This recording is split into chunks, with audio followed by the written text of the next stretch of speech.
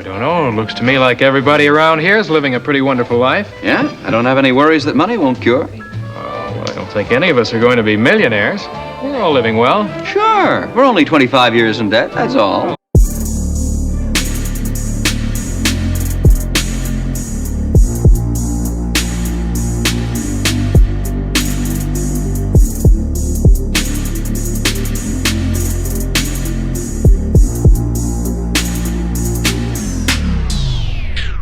If you love listening to this show, please consider giving a rating and a review on Amazon Alexa or wherever you listen.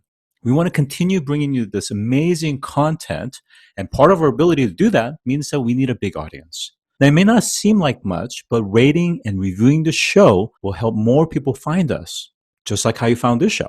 Simply on any podcast platform, search for a show, scroll down to the bottom, and push 5 stars. It's that easy. Thanks for supporting the show.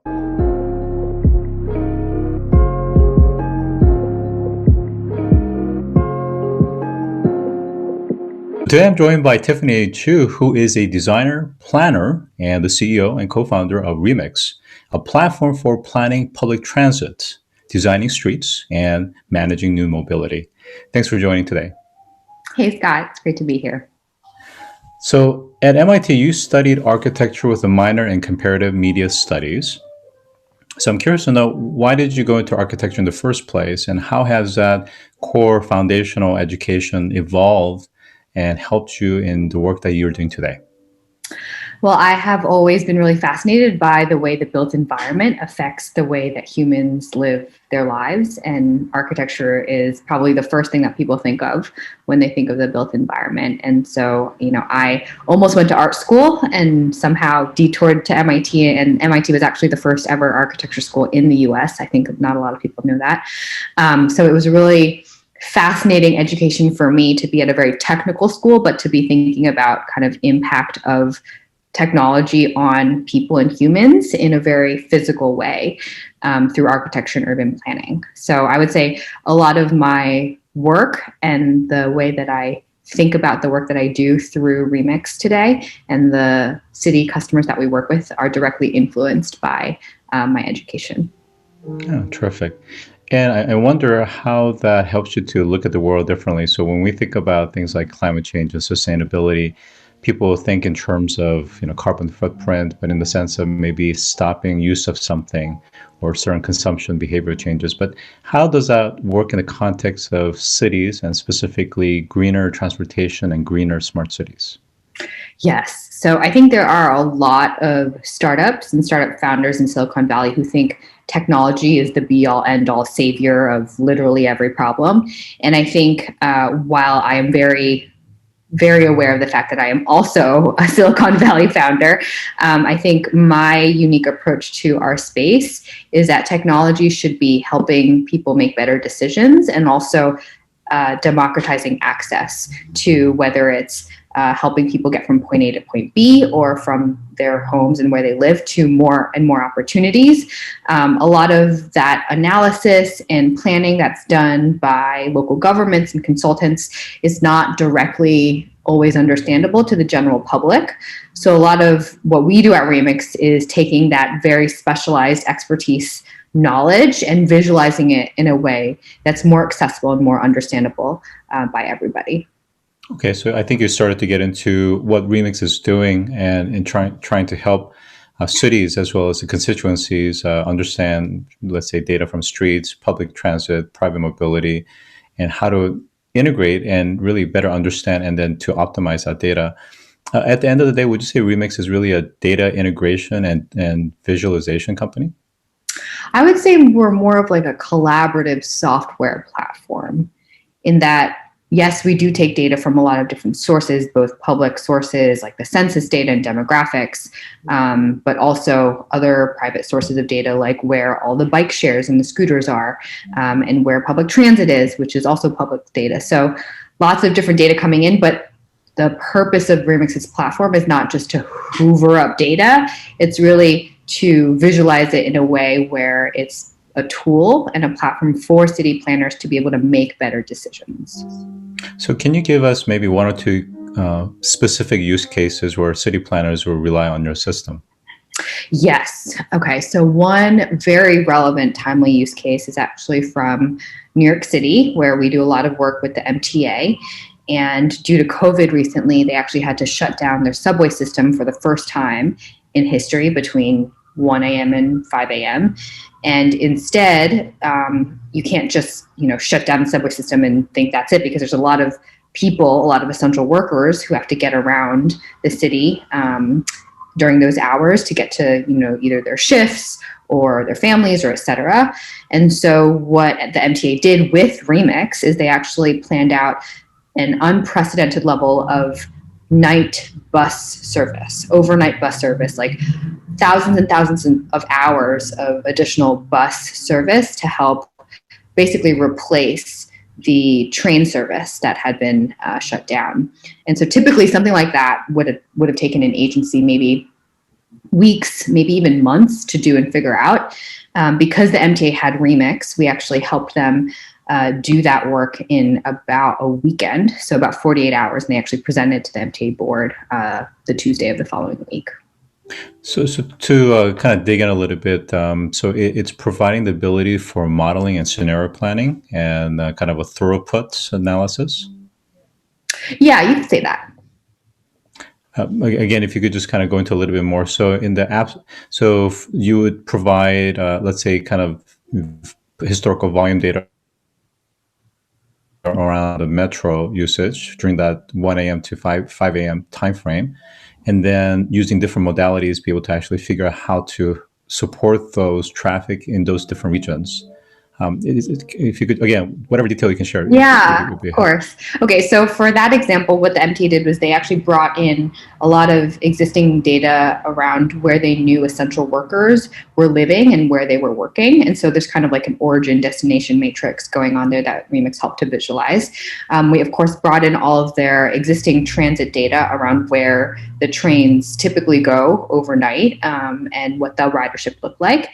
And then using those data sets and a couple other ones, we actually were able to help them sketch out very, very quickly, like drawing a route on Remix, seeing how much it would cost based on, the length of the route, the frequency, how many vehicles it would need, which relates to how many drivers you would need to pay to be able to operate that service, and then also coordinate with a bunch of other agencies who might be affected, like New York City DOT or the Port Authority, et cetera.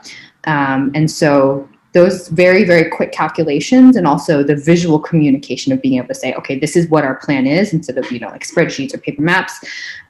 All of that was done in Remix, and so that is like the type of project that is very suited to what we do, and also the type of project that recently had a ton of impact.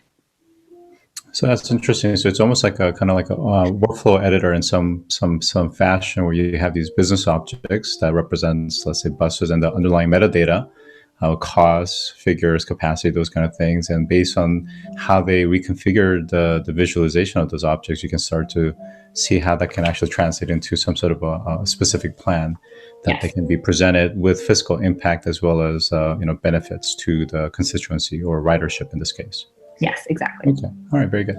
Now, I know recently that the City of London had committed to, well, maybe they made the announcement earlier, but committed to 80% of their journeys being made by foot, bicycles, or public transportation by 2024. And I know that recently you guys have made an announcement with them. And I wonder how Remix will be helping the Transport of London modernize the planning for some of the surface transport within the city, and allow for some of this data to become accessible within the agency and maybe even outside the agency. Yeah, so our work with London, I'm really excited about, specifically because Transport for London is such a forward-thinking leader in mobility and transportation. And as a city, I think that 80% goal is extremely admirable. San Francisco here also has a similar goal, around 80% sustainable trips.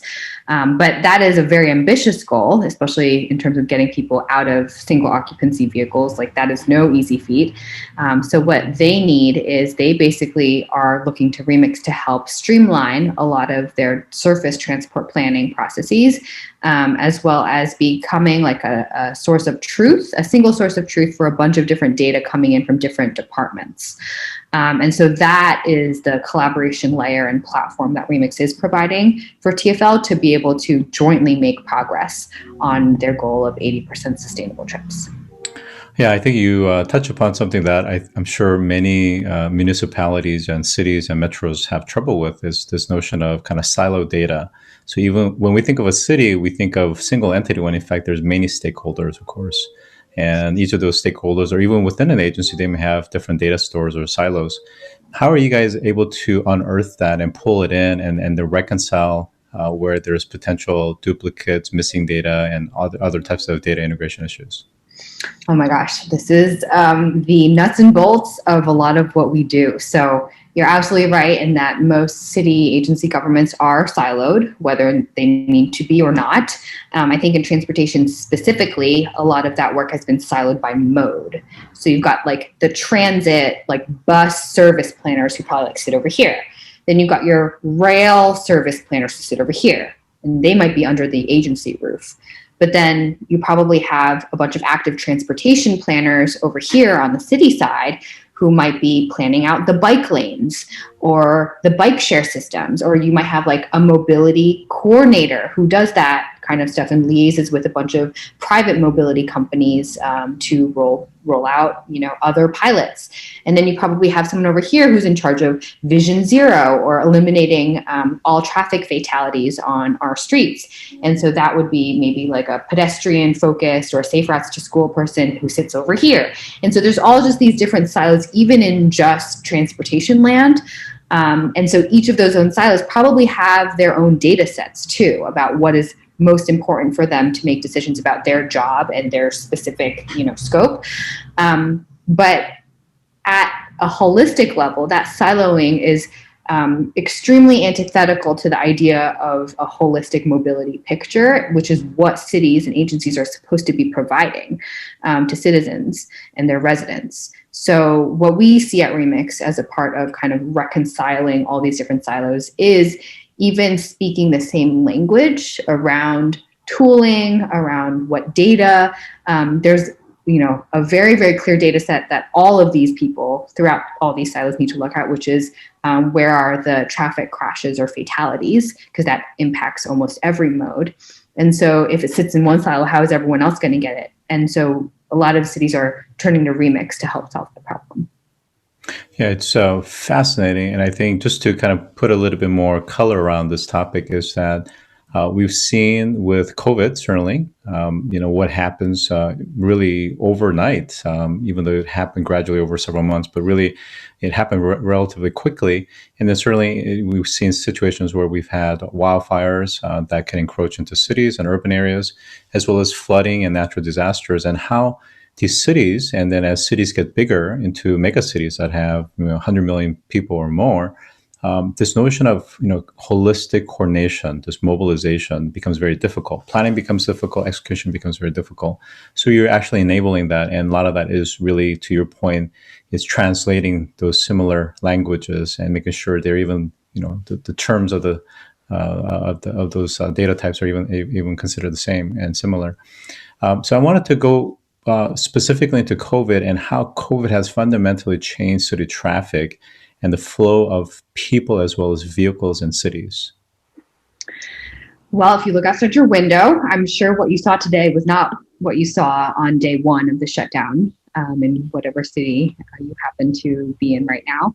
And I think for most cities, that fluctuation and that complete change and transformation of people's travel patterns has been something that cities have had to react very, very quickly to, more quickly than probably anything that they've reacted to prior. So some of the changes that we're seeing include because people are no longer commuting in the same way, lots of people are working from home, though not everyone has the privilege to do that. Because of that decrease in kind of core commute patterns, the traditional morning and evening peaks of the day where traffic is most heavy is actually now flattening out. So people are no longer like rushing onto the train at 7 a.m. to get to their jobs by 9 a.m., et cetera. And there's no longer that huge 5 p.m. rush. And so what's happening is that because there's more of a flattening of the peak and an equal amount of traffic volume throughout the day, that means that how cities had been planning prior for various commute patterns also needs to change. So what we're seeing now is, like, for example, for bus services, a lot of the routes in San Francisco is one example. Instead of most of the ridership being kind of to and from downtown on those heavy arterial routes, most of the ridership is now kind of neighborhood center to neighborhood center. And so that requires a different way to think about the network, a different way to think about the system, where you want to put more bus service and where you might be able to take some away. So that's one big change.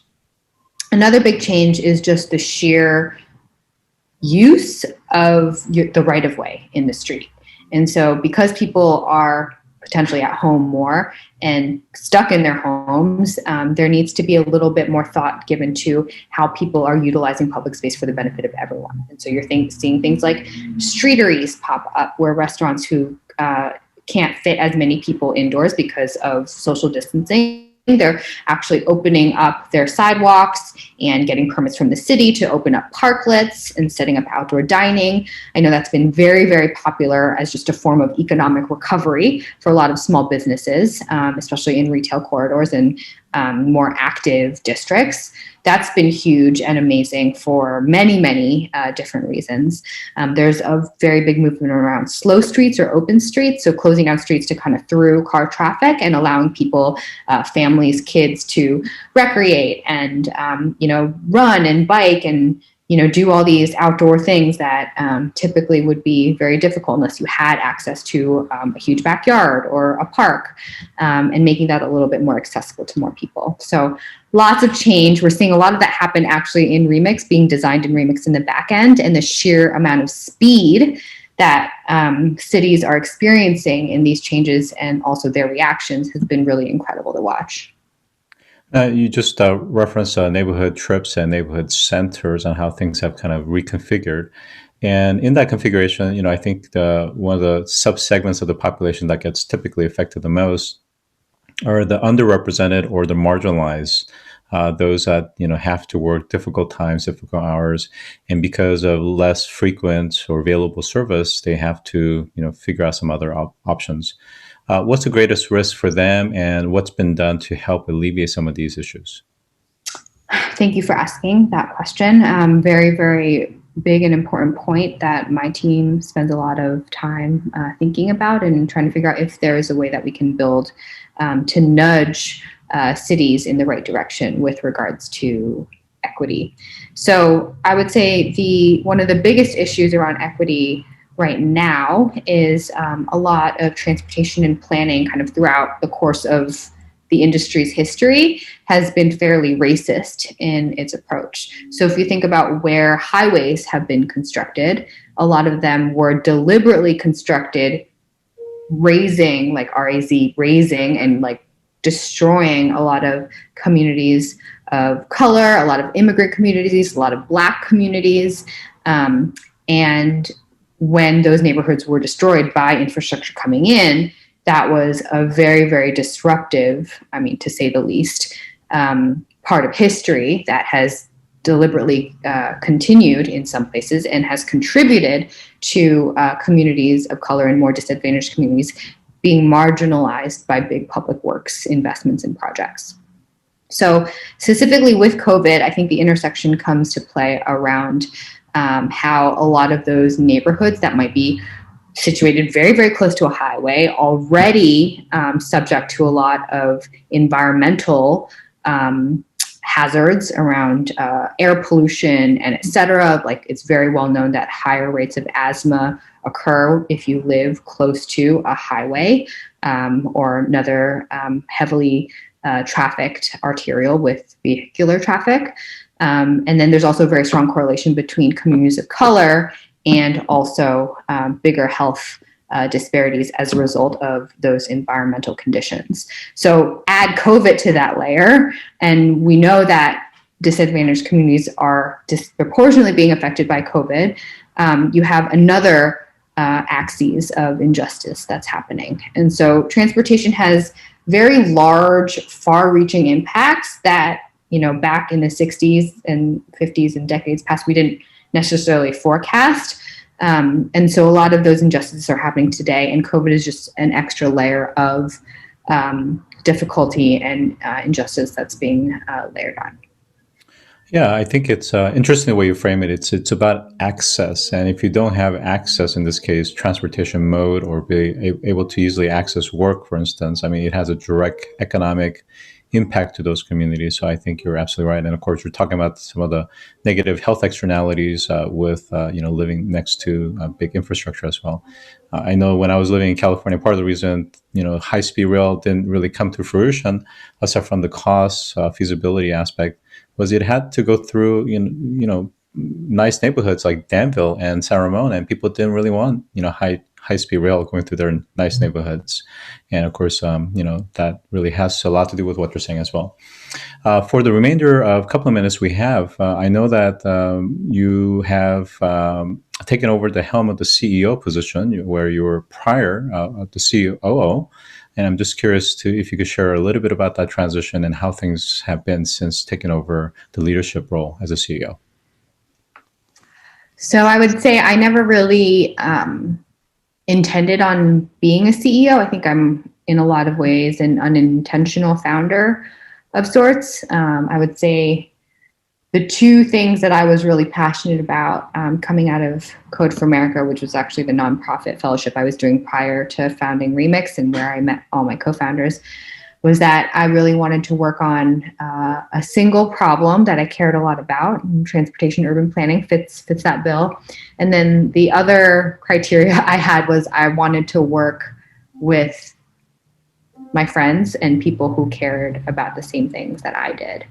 So those were the two reasons why I even wanted to take that leap of faith and incorporate and start an entity to, follow an idea to see how long it would go. And I think, now 6 years later, I look back and I think I've never done anything for more than 6 years before. So that's definitely a change for me. And stepping into the CEO role was, kind of part of that journey. So when that happened at the end of last year, one of my co-founders stepped down, and all of us are very, very overwhelmed in a lot of ways that Remix has gone on to become what it is. We're almost 70 people. We're working with 350 cities across 22 countries. It's been quite an adventure, and I think it was kind of time for us to make that transition. And since then, it's been a very, very large undertaking. Very large weight has been placed on my shoulders, especially being a CEO during COVID. Not an easy task. I don't know if I would have done it if I had known COVID was coming. But at the same time, it's also a very big privilege. So that's where I am, and I vacillate between those two every single day. Well, I think when it comes to urban planning, something that I'm always reminded is you're working with very much, legacy set of assets, very finite and structurally fairly rigid, maybe even organizationally to some extent. But yet the growing needs of cities, as we've seen during the COVID times, is that we need a lot of agility and flexibility to configure the usage and the utility out of cities. So I'm very happy to hear what you're doing, and certainly the impact to helping some of the marginalized is also very beneficial as well. So with that said, I've been joined by Tiffany Chu, who is the CEO of Remix. Thanks for joining today. Thanks, Scott.